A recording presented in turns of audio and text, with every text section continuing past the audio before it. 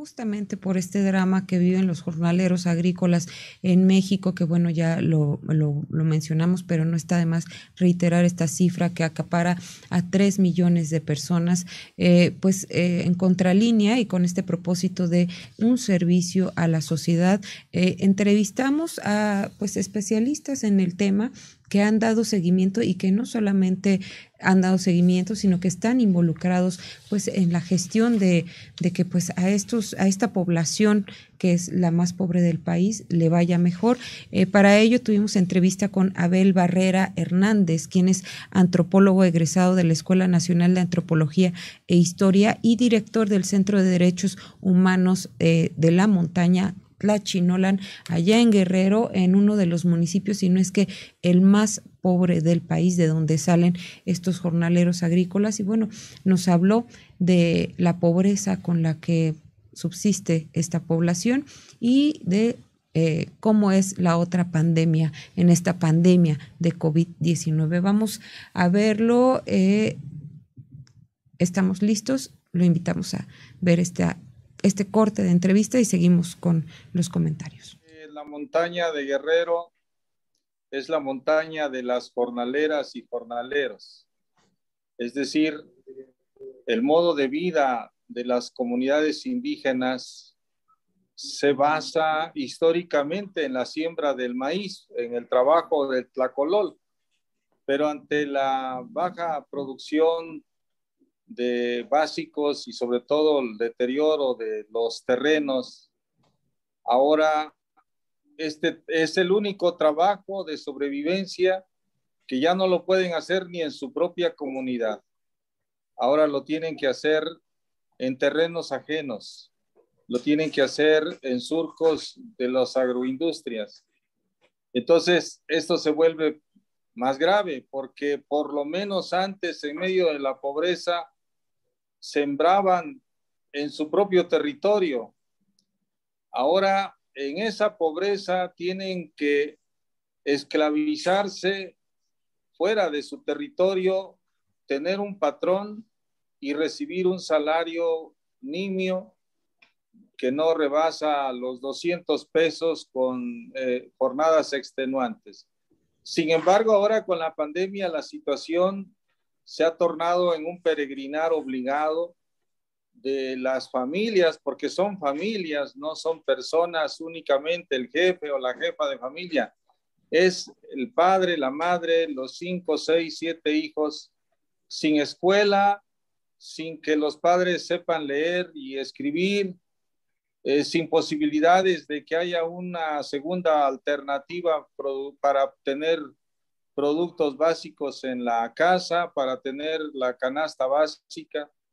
Y entonces se ha subsumido esta realidad, esta trágica realidad, en algo que cargan sobre sus espaldas y que en verdad estamos hablando de la población jornalera de la pandemia, en el sentido de que es también una pandemia la vida del jornalero, es algo que también los atrofia, desgasta sus órganos, ¿no? Los va pues matando poco a poco, porque son personas desnutridas, son personas que obviamente tienen jornadas extenuantes donde su resistencia física es al límite, ¿no? Y también hablamos de menores de edad, menores me refiero de 12, de 13, de 14 años que ya trabajan,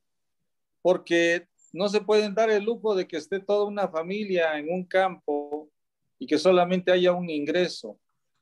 Es decir, sería inconcebible que 500, 800 pesos a la semana pueda sostenerse una familia fuera de casa.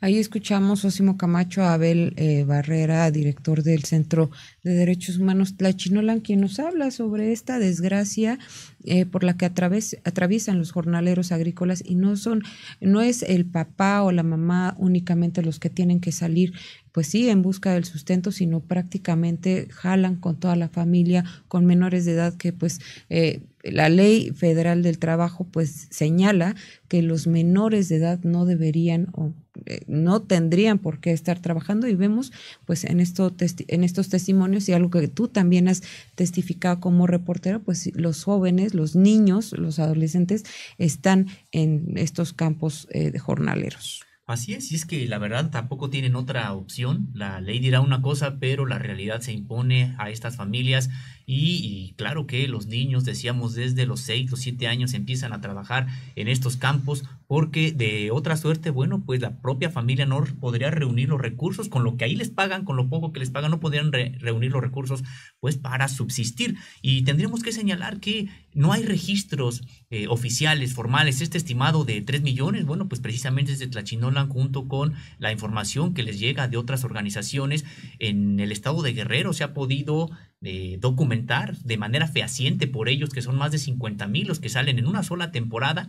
Y solamente para poner un ejemplo de toda la zona que compone la montaña de Guerrero, bueno, pues hay 8 municipios que han expulsado, por ejemplo, Tlapa de Comonfort a 2,661 migrantes, Cochuapa el Grande a 2,081, Metlatónoc a 1,178, Acopanatoyac 860, Alcozauca de Guerrero 446 y Atlamajalcingo del Monte a 358.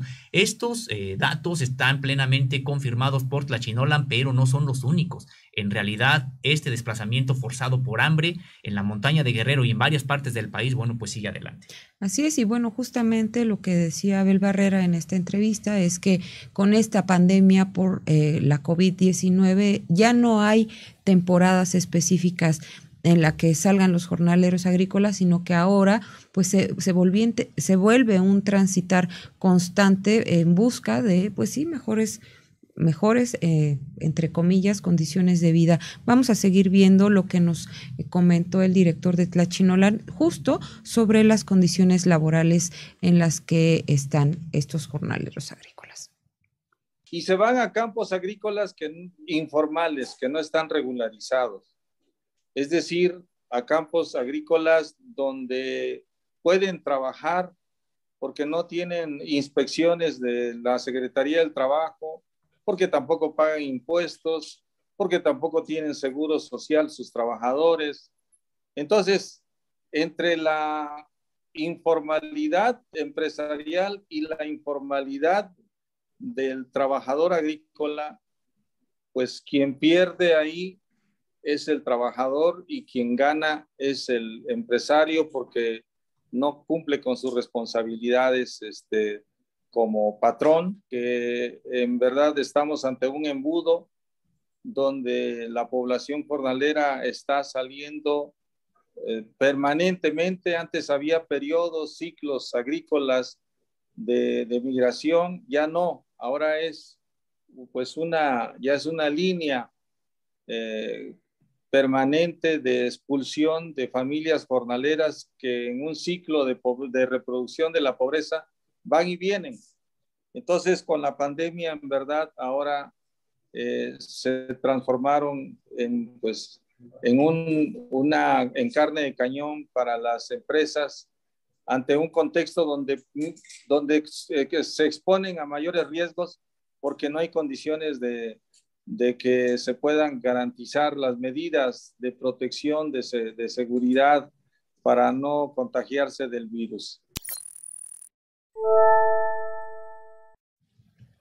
Así es, Sosimo, la población más vulnerable del país. Hay que señalar que según datos de este Centro de Derechos Humanos en la montaña de Guerrero y, bueno, quienes salen a buscar trabajo a los campos de Sinaloa, sobre todo, el 92% del total de esta población habla una lengua indígena, 47%, es decir, 4,439 personas pertenecen al pueblo Nazaví y hablan lengua Tusaví, mientras que el 30%, es decir, 2.806 personas son del pueblo Mepa.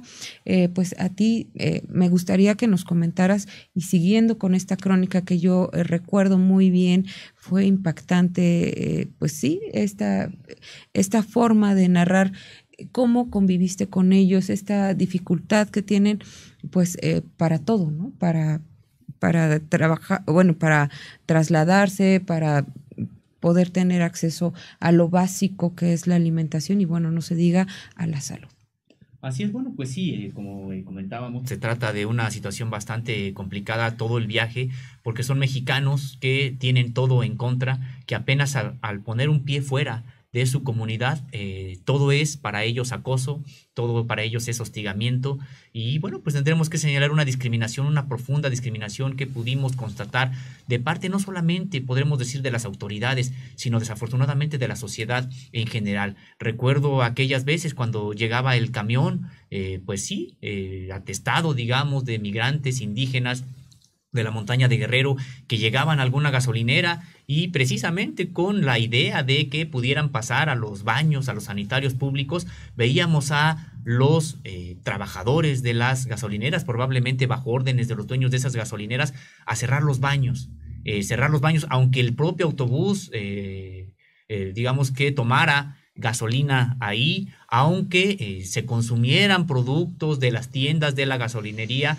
bueno, pues resulta que no les permitían la entrada al baño a mujeres, a niños, a hombres. Veíamos cómo en algunos lugares donde el autobús se estacionaba, pasaban algunas personas que para aventar cosas, tirar agua, por ejemplo, donde estaban ellos, porque no querían que ese autobús se estacionara cerca de algunos centros comerciales o cerca de algunas zonas residenciales. De hecho, cuando pasó por la Ciudad de México, el autobús esperó a que pasara la medianoche para entrar como si estuvieran en una actividad clandestina, entrando, atravesando la Ciudad de México. Y bueno, pues esto era también precisamente por las precarias condiciones en las que viajaba este autobús destartalado, y que, bueno, pues es precisamente lo que tienen estos patrones, estas grandes empresas, que ofrecer, digamos, a sus trabajadores, y que precisamente durante muchos años no se pues hizo nada en materia de regulación de estas empresas, y que bueno, pues en un tema bastante doloroso, bueno, pues siguen todavía funcionando en nuestro país, como también vamos a ver en un momento. Así es, y bueno, vemos también que justo en medio de esta tragedia que significa pues el cómo viven esta sobrevivencia de los jornaleros agrícolas en México, se presenta esta pandemia por la COVID-19, y vamos a ver qué nos dijo Abel Barrera al respecto. Personas que han fallecido desde el mes de marzo del 2021, se han estado documentando muertes y que más o menos, de los que tenemos como datos de la montaña, alrededor de 20 personas que han fallecido, entre personas mayores, entre mujeres y también entre niños, ¿no? Es decir, se han dado muertes a todas las edades. Y esto, algunos se han muerto en el trayecto, en el autobús, como pasó con una persona que es de Soquiapa, municipio de Chilapa, que ya venía de retorno a su casa, a su comunidad, en el municipio de Tizla, y resulta que se puso mal en el camino, ya traía algunos síntomas, además sufría diabetes, entonces esta situación se le empeoró y pues murió en el autobús. Entonces, personas que han muerto en el autobús, personas que han muerto en el hospital, allá donde están trabajando, personas también que han fallecido ya teniendo síntomas y que han muerto en sus comunidades o en el hospital de Tlapa. Otro fenómeno también, han aumentado las muertes por accidentes carreteros. Yo creo que también aquí, ahorita no tengo los datos precisos, pero recuerdo de 3 accidentes, uno que se dio en los Altos de Jalisco, otro que se dio en Zacatecas y otro que se dio en la región de la montaña, y donde pues el de Jalisco murió la familia entera, ¿no? 6 miembros que murieron, 2 del papá, la mamá y los 4 menores. Y también en el otro que se dio en Zacatecas fueron 2, y acá en la montaña fueron 4, ¿no? Entonces, estamos hablando de 12 personas de las que tenemos registradas. Hay más, bueno, y de las que fallecieron. Entonces, se incrementa pues el número de muertes de jornaleros, tanto por la pandemia como por los accidentes carreteros. Tanto algunos llevan sus unidades y ahí se accidentan, otros en los autobuses, donde hubo 3 accidentes de autobuses y donde hubo también ahí muertos. Entonces, sí, hay una mayor, se puede decir, vulnerabilidad de la población jornalera. Crece su vulnerabilidad en cuanto a una población sumamente inestable en términos de su rol de vida, de rol de trabajador agrícola, porque todo el tiempo está en circulación, ¿no? Circula, ya sea que circula desde su lugar de origen hasta los campos agrícolas, o que circula en los campos agrícolas que hay entre Jalisco, Sinaloa, Michoacán. O sea, como este círculo de la migración, golondrina, que pues en verdad la gente prefiere quedarse, no le conviene regresar, pagar el boleto con los hijos, unos 6,000, 7,000, 8,000 pesos, ¿no? Y por el puro pasaje, entonces prefiere alargar la estancia para por lo menos pues hacer menos oneroso el regreso, ¿no? Ahí vemos, Sosimo, cómo nuevamente pues se habla de esta irresponsabilidad empresarial en donde pues en la que caen ahora las rutas de los transportistas que llevan a los migrantes. Y bueno, en medio de todo esto, pues la pandemia por COVID, ¿no? Rutas donde van hacinados, cual sana distancia, donde hay cero salubridad. Y bueno, esta denuncia que se hace por parte del director Abel Barrera es importante, y que bueno, tú padeciste este viacrucis, ¿no? Este traslado en estos transportes, y bueno, ya nos hablabas de lo que veías de este hacinamiento y de esta injusticia social. Así es, y recordar que bueno, pues estas personas viajan en situaciones bastante ya precarias, de permanentes, es decir, por ejemplo, con desnutrición importante, personas enfermas que así tienen que viajar. Recuerdo el caso de una bebé muy enferma en la que le recomendaban a algunas personas: oye, mejor tú no migres, mejor a la mamá, mejor tú no migres, mejor tú quédate, porque si migras puede morir tu hija, le decían. Y ella respondió: y si me quedo aquí, también va a morir, y de manera segura, porque no tenemos ni qué comer. Así de crudo, pues, es la realidad que padecen estas personas. Y sí, tuvimos la oportunidad de hacer todo el trayecto en el autobús con ellos, y con el apoyo también de compañeros reporteros que, bueno, pues iban precisamente siguiendo en un vehículo a este autobús, y por eso tuvimos la oportunidad de entrar a los campos de trabajo. No fue no fue con la anuencia de los dueños de estos campos, de estas plantaciones. Tampoco nos lo prohibieron, y por eso nosotros pudimos entrar, y bueno, pues pudimos también documentar ya la parte cómo es una jornada completa de estas personas, de estas familias ahí al interior de estos campos, y que decíamos desde una explotación bastante cruenta, porque empieza a las 5 de la mañana y terminan su jornada laboral alrededor de las 10 de la noche. Y también comentar, bueno, pues Erika, acerca de este énfasis que pone Abel Barrera, director del Centro de Derechos Humanos de la Montaña Tlachinolan, en que estas familias, bueno, pues tardan mucho en regresar a sus lugares de origen. ¿Por qué? Porque, bueno, pueden migrar a emplearse en la caña de azúcar en Morelos y pueden estar ahí una semana, un mes, 2 meses y después migrar hacia campos de Jalisco, campos de Michoacán, después migrar hacia Sinaloa, después migrar hasta Baja California Sur y después regresar haciendo ese circuito. ¿Por qué? Porque no tienen otra opción. Son migrantes permanentes y trabajan un poco en una plantación, otro poco en otra plantación y así se van trasladando a donde haya trabajo, que desafortunadamente no es trabajo que les paguen para salir de la pobreza o de la miseria o para tener algún patrimonio. Es trabajo que solamente les pagan para poder subsistir y seguir siendo carne de cañón, como bien dice Abel Barrera, para todo este capital que cosecha, incluso vende a Estados Unidos el fruto de estas cosechas, o aquí en México también podemos consumir estos alimentos a veces catalogados de alta, pues en restaurantes caros precisamente, y que todo esto no les llega a significar algún tipo de real apoyo a estos jornaleros que son los que hacen el trabajo.